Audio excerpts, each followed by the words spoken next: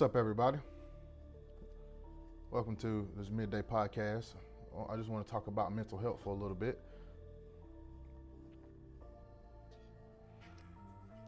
Let's do a little liking and sharing here.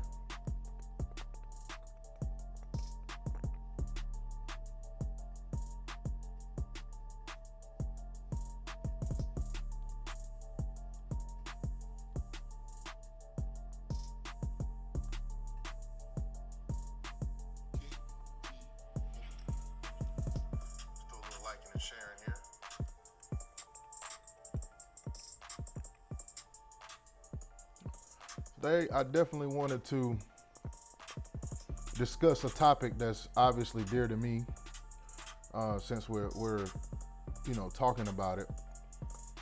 Well, not really talking about it, but we've I'm picking this up.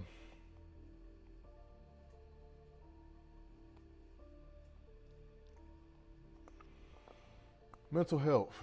Mental health is something that is very important to me. It's very important. Very important. Please go ahead and like and share this broadcast. We're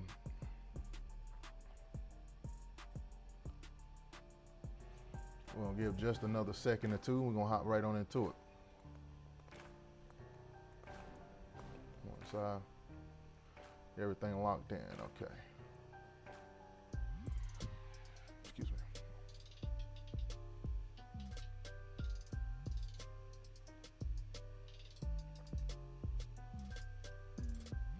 All right, so I just really wanted to talk today about mental health, understanding mental health. And today we have encountered numerous situations and circumstances and examples of, mental health, or what we have deemed, or what we deem as mental health, or mental health issues. And I just wanted to, talk about it, discuss it, view it, on this particular midday podcast. Again, thank y'all for joining, man. This is Marquette Leggett, Neverfitin. You can definitely find me and like the page at Neverfitin, NVR. Let me like the page here, put it out at NEVRFITIN.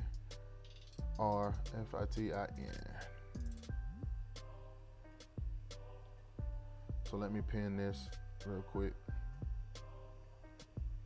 All right, so here's what I wanted to discuss. Mental health is an issue that so many of us have seen, have dealt with.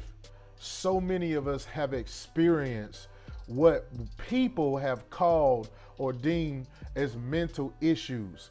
So many people have been subject to mental health issues, to issues that are, have plagued their families, their loved ones, just the mental health of people.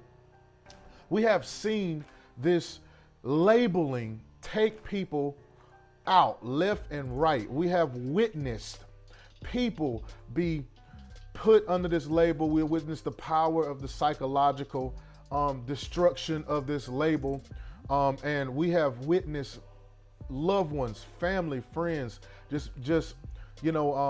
lots of us have witnessed this out of our family, out of our friends, just mental illness where it seems that people have lost the capacity to think for themselves, to move for themselves. They're making decisions, and they're saying things out of their the pressure of the situation maybe at the time, or they're speaking out of the stress of the situation, or they're speaking out of something that they're going through or feeling, and it causes a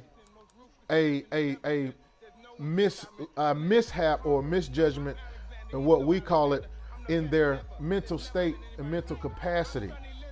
Now, what I briefly wanted to talk about today is just a couple questions that I asked myself as I was walking, as I'm listening to people with the Kanye situation. I'm listening to my, my wife was telling me that I believe Tamar Braxton has now, she tried to commit suicide. I mean, you have people all around us, especially now with COVID, the mental capacity and the mental state of individuals is beginning to come to surface, to flourishing, if you will. We're really beginning to see, the mental capacity and the mental state of people. And the issue with that is right now, have we ignored or are we ignoring mental health? Are we ignoring mental health? First of all, what is this mental health? What deems a person to be mentally ill? Now, as I look at, we do everything live here. As I look at the definition of mental health and what is mental health, it says it's a person's condition with regard to their psychological and emotional well-being. It's a person's condition with regard to their psychological and emotional well-being. When you're talking about mental illness, it's the conditioning or the condition with regard to their psychological and emotional well-being. Now, that drew up another question. First of all, when we're dealing with someone who has been deemed as having a mental illness or in a mental place that doesn't make sense, it directly relates to their psychological well-being, as well as the condition of how they see themselves and what they see themselves in at the moment. I am truly convinced that a lot of the conditioning has to do with the sociological as well as the the experience of the individual. In other words, a mental illness, just like any illness, has a cause. It has a root. It has a reason as to why this is happening. It has a position. There's something. There's a root. There's a reason as to why this is happening. All mental illness does not derive from birth. There are circumstances, situations, conditions. There are places that people are taken to in their mental state that they lose the coping mechanism of properly dealing with it, or the society-based way of dealing with this particular issue. Therefore, they are put in a position, in a place where they are deemed as having mental illness. Some people, and it's amazing. I was talking to a young lady the other night, and it was an issue that was going on, and I had to address the issue. Okay, so as I was addressing the issue, the young lady left, and then she came back after our conversation, and she just said these words, in so many words, that what I said to her, the way I addressed her, it bothered her. I said, okay, well, let's talk about it. And we had a conversation as to why it bothered her. We had a conversation as to what was going on. We had a conversation, blah, blah, blah. And then at some point in the conversation, she became teary-eyed. And she started stating, she said, I know my disability. And she had related, and just to give you some more insight, the conversation was her disability was she loved order. She does not know how to operate out of chaos. And because she is a person who loves order, she has been told by people who don't like and understand order that this is a disability for her to be upset because there is no clear communication and no order in what she was dealing with. And the truth of the matter is, the situation that she was talking about, it was a situation that she was not given communication. She was not given clear instruction. And she has been made to believe that the mental illness that she has of wanting order and wanting to continue to have order is something that's mentally challenged. It's something she has been led to believe that because she cannot operate out of chaos, and because clear communication is something that she needs as well, and it produces that order, she has been told now that that is a disorder. It is a mental illness. It is a mental blockage to want order. Well, obviously, I looked at the young lady and I said, hey, if no one else tells you, if no one else says this to you, you are not crazy. You don't have a mental disorder. You don't have a blockage. You don't have any of the above. There is nothing wrong with you wanting order, but here is the problem. Don't be so quick to label somebody, and don't be so quick to ignore when you label them. People have been labeled for years and years, stating that just because they want or they need certain avenues, or they need certain things, does not mean that they have mental disorders. For example, when I was younger, there was certain there was certain things I was labeled and I was called, because there was a certain way that I like to handle situations. I had been around arguing and fussing and fighting so much, that I hated arguing. I hate it to this day. I don't like arguing. I don't like fussing. I don't like fighting. So in the atmosphere I was in at the time, there were some circumstances that at times I would, try to be a peacemaker. Certain things I would do, and for a while trying to be the peacemaker would get you, certain responses. So I got tired of those certain responses. They take your kindness for weakness. You try to be a peacemaker. They take your kindness for weakness, blah, blah, blah. So at a young age, one day I got so upset that I flipped out, turning tables, throwing stuff. I was tired of arguing, tired of the fussing and the fighting that was around me. And I just lost it. According to them, I lost it and I flipped out. And it actually got me a seat of peace. People stopped and listened to what I was saying. Watch the deception here. People stopped and listened to what I was saying. They stopped and they listened to how I proceeded. They stopped and they listened, all because I acted out of pocket. When I acted out of pocket, people began to listen to me, and they began to take what I was saying a little more serious. And in my mind, something clicked and said, okay, if I continue to act this way, if I take this route, if I go this position, if I take this route through this is the response I will get.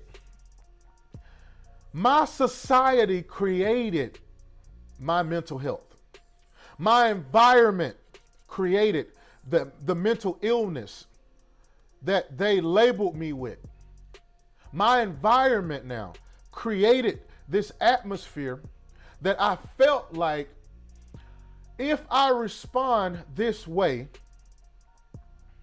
then I will get this response back. So I fed into that.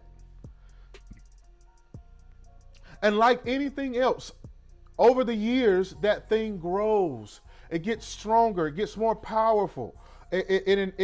More people start to see, you in that way.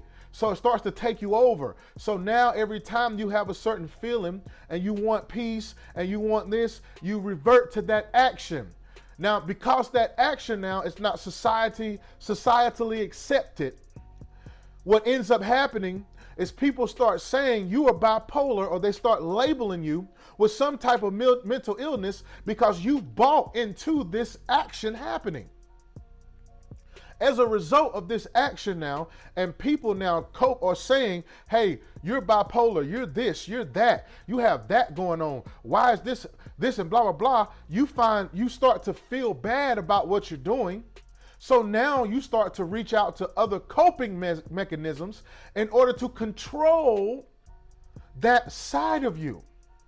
Those coping mechanisms now become alcohol, it becomes drugs, it becomes anything, that will help you not become that person that people have stated you are becoming. It starts to become a thing that you don't want it to become.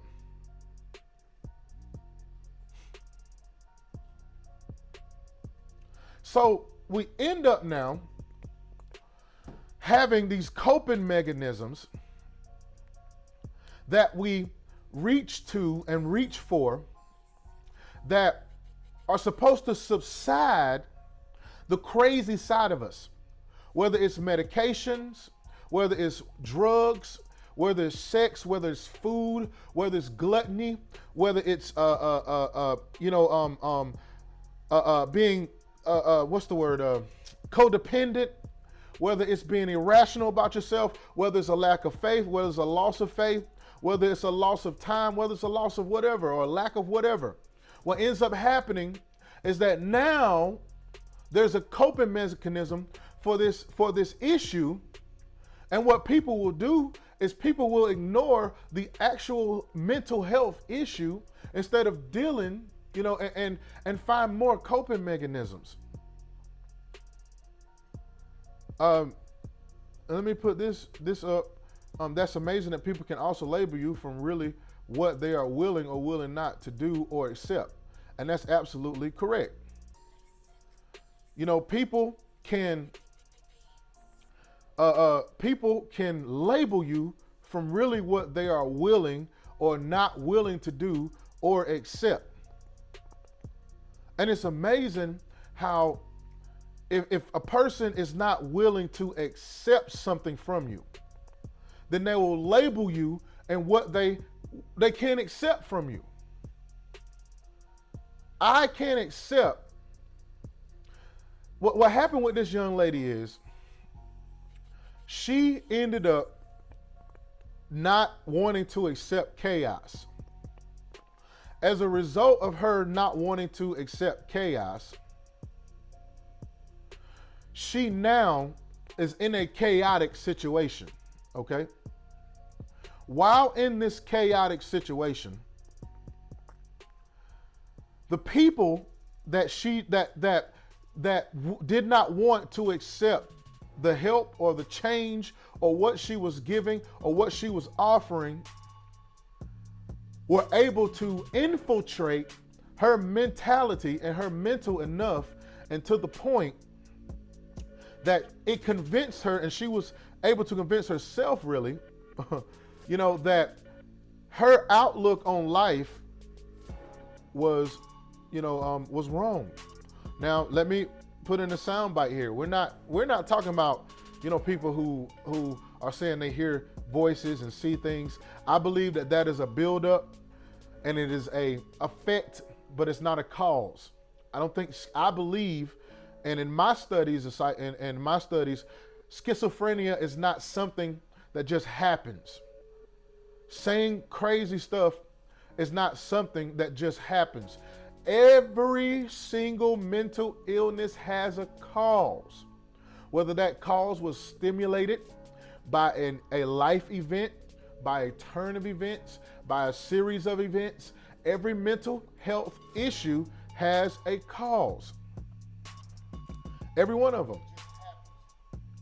Every one of them. You can't overlook the mental issue, the state or the well-being of the person. But there's a reason. I hate right now that instead of a lot of people coming, really coming to the aid, or, people really helping and assisting, you really have more people that are trying to gain a more of a platform and a financial foothold on things, as a result of, for example, Kanye and his issue. The young lady, there's a viral video that's out right now of the young lady blowing up a car. There's videos all around us of racism in all types of form, whether it is Black African-American racism, whether it's white racism, whether it's whatever kind of racism, it is racism. Right now, you have pastors, preachers, and teachers, and people. What are they doing? They're trying to decide what's next for their business, what's next for where they're trying to go. They're trying to decide what's next for their families. You have videos and things that, you can see all the time of people who are struggling with issues and struggling to do, and be different. Have we ignored mental health so long that we have become immune to individuals when they're crying out for help? Have we become so innate to family and friends and loved ones that we have ignored mental health signs for so long that we now cannot recognize when our husbands, our wives, our brothers, our sons, our sisters are reaching out for help and trying to fulfill desires and needs, but don't know exactly how to do that? Have we? Today, I want you to think about it. I want you to look at the signs. Realize denial. Realize when a person feels powerless and how they deal with that. Realize when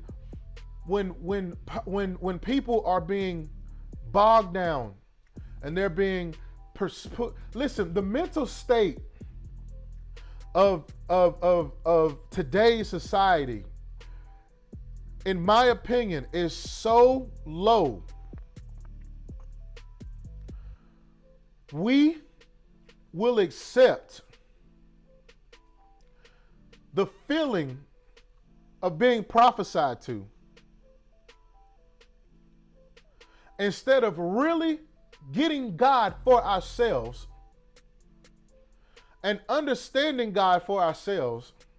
We will accept and support someone prophesying to us instead of believing for ourselves and addressing the mental health for ourselves in a way that it will lead us to realize God on our own. There are prophets and teachers and people, and don't get me wrong, there's some people out here that are they're real, they're honest about what they do, they're real prophets. I'm not talking about, but the mental health of the society, how we can be told in a situation that because we feel and we can't function under certain things, that pressure now builds on top of that, and it becomes something now that we're really basically looking for coping mechanisms. And because the society or the atmosphere that we're in at that time does not agree with the way that we're handling the situation, we can be labeled bipolar, and then we accept these conditions, and then as we accept these labels, we begin to act out of pocket. I want to come against the spirit of mental illness. People have to understand that you have to accept a mental illness. Let's throw the shade. Let's talk about revelation, true understanding. A mental illness is a well-being, is a state of well-being. It is the same thing as being overweight. It is the same thing as a person not understanding in the relationship. Mental illness is not a genetic transformation. Mental illness is something that has to be accepted. Every mental illness has a cause. There's not one mental illness that you can name or recognize or say that does not have a cause as to why this person is responding the way they are. Look it up. If you're dealing with a person that seems a little out of pocket in the mind and in the mental, the best remedy in medicine is to trace it back to the root. It's to understand that something caused this response. And we're dealing with a graduated species of thinking. We're dealing with an elevated, escalated species of thinking. We're not dealing with with something that just became, or something that just happened, or something that just started. We are dealing with something that has graduated and has become elevated to the point that now is rearing its head in this way. Because it knows that if it camouflages itself as something that people can't really deal with or agree with or something in that matter, if it camouflages itself in that way, then people will be more apt not to want to deal with it. Therefore, it can continue to live, it can continue to thrive. Now,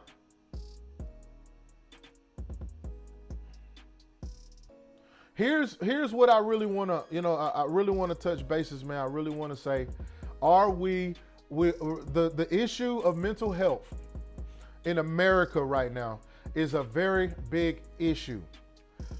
For example, I don't get a lot in politics. I don't get into the political views, but lately I have been watching more. Last night I watched this lady on Fox News, and I can't remember her name, but she has a segment to where she was talking politically about the upcoming elections and if Joe Biden becomes in service, and if Donald Trump is reelected. But the whole interview took a mental approach. Her approach was not, concerning the actual tendencies of either candidate. Her approach was a mental. It made you sit back. She was trying to provoke thought, and it was a radical point of view. But at the very main thing was it was a provoking thought in a way that I saw the mental manipulation. Basically, she was saying that, if Joe Biden is elected, then he will encourage the rioters, the people who are out there that are rioting and doing certain things and stuff, that a Joe Biden election would encourage more Americans to be at odds with the rural suburban area and the she talked about systematic reprise, meaning the system of the United States, the culture of the United States. When people call for a systematic move, a systematic change, that means the culture, the change, everything has to move. The system of the United States, for those of you who don't know, is designed for people to go to university, to go to school, to become something, to become, more than what it is. It is designed for the school-taught individual to go out, get a degree, come back, live in a nice suburban area, have this blah, blah, blah, blah. That's what the system is designed for.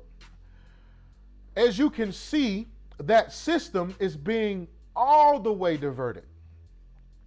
You got YouTubers now. You have you got people who are making money off just fly by night. I mean, there's all kinds of ways that people are redefining the system. Mentally right now, what people are talking about, their mental health state of they're worried about their well-being. They're worried about how they're going to provide. They're worried about the future and what's going to happen for them in the future. They're so worried about one key thing, that's the invisible. See, mental health is all about the invisible killer. It's about the invisible. If you ever want to place someone in a place to see where their mental health really lies, then give them an invisible problem that they can't tangibly solve. Right now, we're being taken by force by an invisible being. We have labeled it COVID-19, and then it's in a form of a virus, whether it's man-made or whatever you believe. But that virus is mentally disabling Americans in America.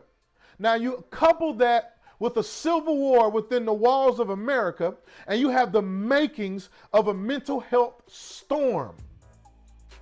Now, if you throw in now the icing on the cake, where the businesses, the economies, the churches, the businesses and the economy are now being affected, then you really have another storm. But the icing on the cake, the root here, is now that the one thing that keeps us stable, our religious beliefs, are now being attacked. Now the very roots of what this nation was built on, one nation under God, indivisible, with liberty and justice for all. The root of this nation is being attacked. The system is not just suburban America. The system of United States is not just what we see when we talk about going to university, finding a job, getting certified, doing all those things. The system is not just that. Amen? Amen.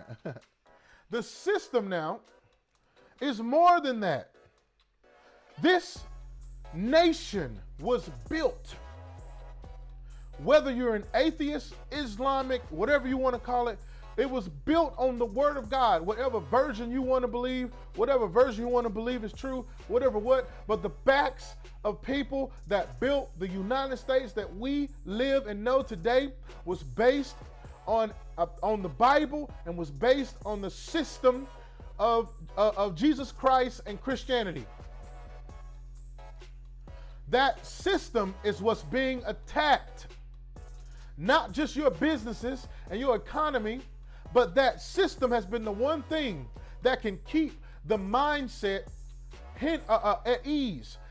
Every psychologist that has written any book will tell you that 90% of the concepts, whether we develop our own doctrine, whether psychologists develop their own doctrine from it, but 90% of mental health procedures to assist with mental health have been derived, or you can find these self-help topics within the Bible, some way, shape, or form. Darwinism even contradicted the Bible because his psychology was against was against creation in the way that God said. But now, we now are being attacked by an indivisible entity that is obstructing what we were built on, which is the word. Now, what does that have to do with mental illness? You have to fight. How do you fight an invisible enemy? No mental illness goes without a cause. Was your family the cause of this mental illness? Was your husband the cause of the way you think right now? Was your wife the cause of the way you think right now?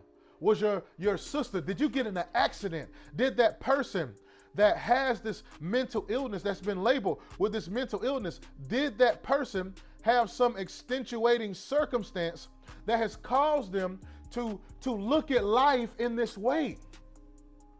Did that person go through something, be hindered by something, get hit into something?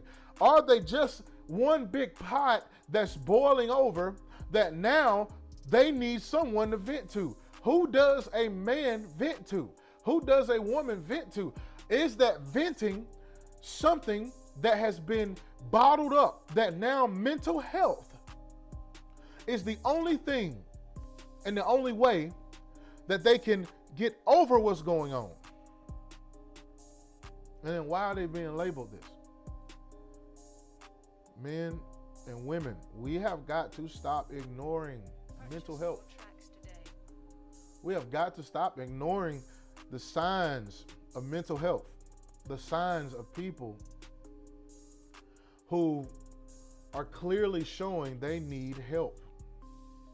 They're clearly showing, hey, I keep asking you to stop doing this or this. I keep asking you to please help me with this. They're reaching out. They're reaching out. They're saying, can you please help me? Are we paying attention? Are we looking and realizing the individuals that need this help? Or are we ignoring them, saying, oh, you're just like your father, or you're just like your mother, or you just have a bad attitude?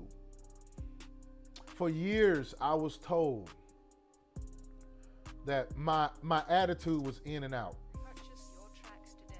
Only to realize that in the last couple of years, that the reason my emotions was out of whack is because I had a chemical imbalance that I had no idea that I even had.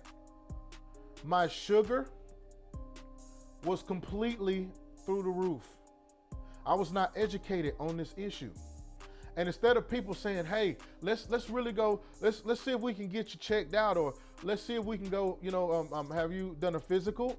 Have you been to the doctors? Have you got this checked? Have you looked at this? Have you looked at that? You know what happened? I got labeled. Oh, I can't deal with him, or I can't deal with this. There wasn't anyone who cared enough to say, sir, I think you might have some other underlying issue. So now 30 pounds later, 20 pounds later that I've actually lost, and thank God for that, and regulating my sugar now and getting that under control, I'm able to better think and control myself. I never would have thought, known, or even considered that my mental health would be wrapped up, tied up, and tangled up in a chemical thing that I couldn't even see. Let's not ignore the signs. Let's take off our glasses. Let's not ignore the signs. Let's not ignore that there are people that need you to recognize they're struggling and they're going through. Okay? So I wanted to get up here, and speak my 2 cent, 10 cent, whatever you want to call it, on mental health, understanding, that, people cannot be ignored. Don't ignore people. The issue that we run into when it comes to mental health is every issue. Remember what I said. If you don't remember nothing else, every issue that you can think of that involves mental health derives from a cause. A hurt, a habit, or a hang-up. A hurt, a habit, or a hang-up. There's not one mental issue that does not derive from a cause. We have to be patient enough and understanding enough to deal with people throughout their hurts, throughout their habits, throughout their hang-ups. Okay? And we have to help people deal with this in the right perspective. And in this conclusion, Saturday mornings at 10 a.m., Shameless plug. I myself have biblically, been subject to a biblical transformation. The best advice, the best word, the best whatever you want to talk about. And it's through a program called Celebrate Recovery. I will not stop until I have assisted as many people that God has assigned into my hand with mental health and the issues of mental health. I want to help you with your hurts, with your habits and your hangups. Every Saturday at 10 a.m. Every Saturday at 10 a.m. we talk about the biblical transformation of hurts, habits, and hangups. This Saturday at 10 a.m. we will be discussing powerless. Realizing I am not God and I am unable to control my reaction to the wrong thing. Just because you feel powerless and you understand that you're powerless does not mean that there is nothing you can do. You have more power once you put your trust in the right place. Once you realign your trust, your power becomes something that derives from the invisible. You're fighting an invisible battle. Therefore, you need tools to fight this invisible battle. We wrestle not against flesh and blood, but principalities, spiritual wickedness that's in high places. Those of you who don't know, that word principality, the definition of that word is the seat. It's the seat of power. It is what you give that seat. It is not the mind itself. A principality is the seat, and whatever you put in that seat, okay, is what you give the power to. Principalities in high places. When you're dealing with mental health and mental illnesses, and you deal with people who flip out at the drop of a dime, or you deal with people who are talking crazy when you're dealing with them, or you deal with people who talk to themselves, or say they're hearing voices, or say they this, or say they that. You're dealing with a person that has not known how to deal with a hurt, a habit, or a hang-up, trauma of some sort, maybe a hurt of some sort, maybe a habit of some sort. You cannot just give up on that person because their mechanism has taken a more advanced stature in and outwardly. Now the battle that they were going through inwardly is starting to manifest outwardly. Everybody is not demon possessed. Everybody is not wacky and crazy.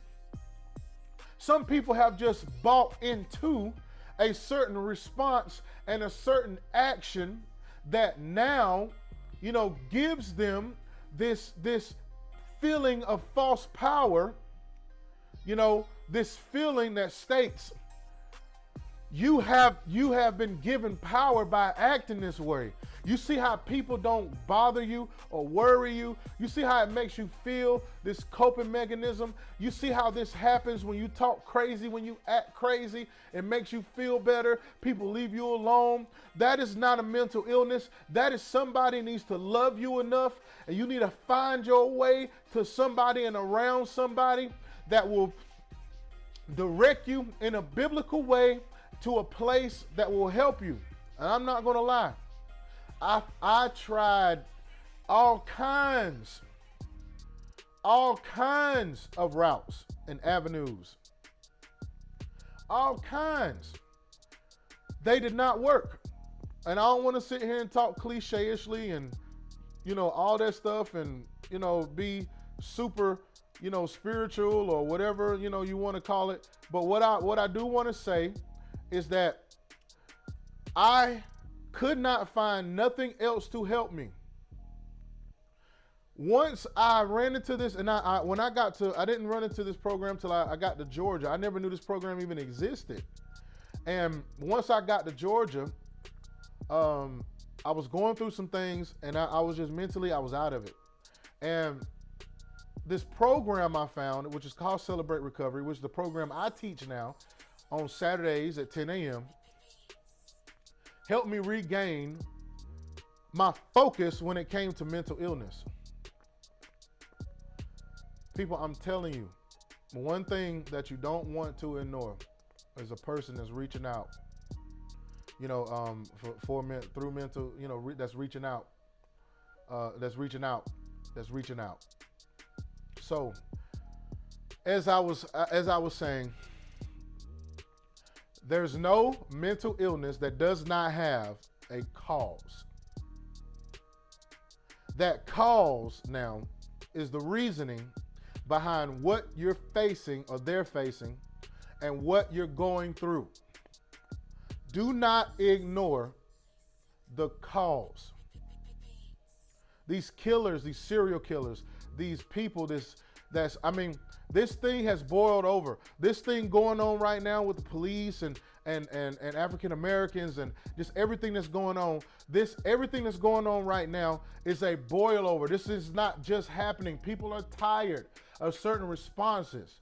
Now, I'm not saying I agree with every response that I see, but I'm saying people are tired. And mentally right now, the only way to successfully beat what they're feeling and seeing is violence. That means we have missed it in our generation of teaching alternative routes. The previous generations were instilled in peaceful protests and routes that did not take violence. The generation that's coming up mentally does not see life without violence. The mental state and mental health of 35 and under has become something that needs to make its way to the forefront. Kanye, there have been many Kanyes before Kanye. There have been many people before that have been eradicated by this thing before celebrities, before Will Smith. There are many entanglements. Why all of a sudden now we want to bring forth and bring awareness to something that has been eradicating people for years? Let's stop ignoring it as a culture and only addressing things when tragedy strikes. No more sons lost.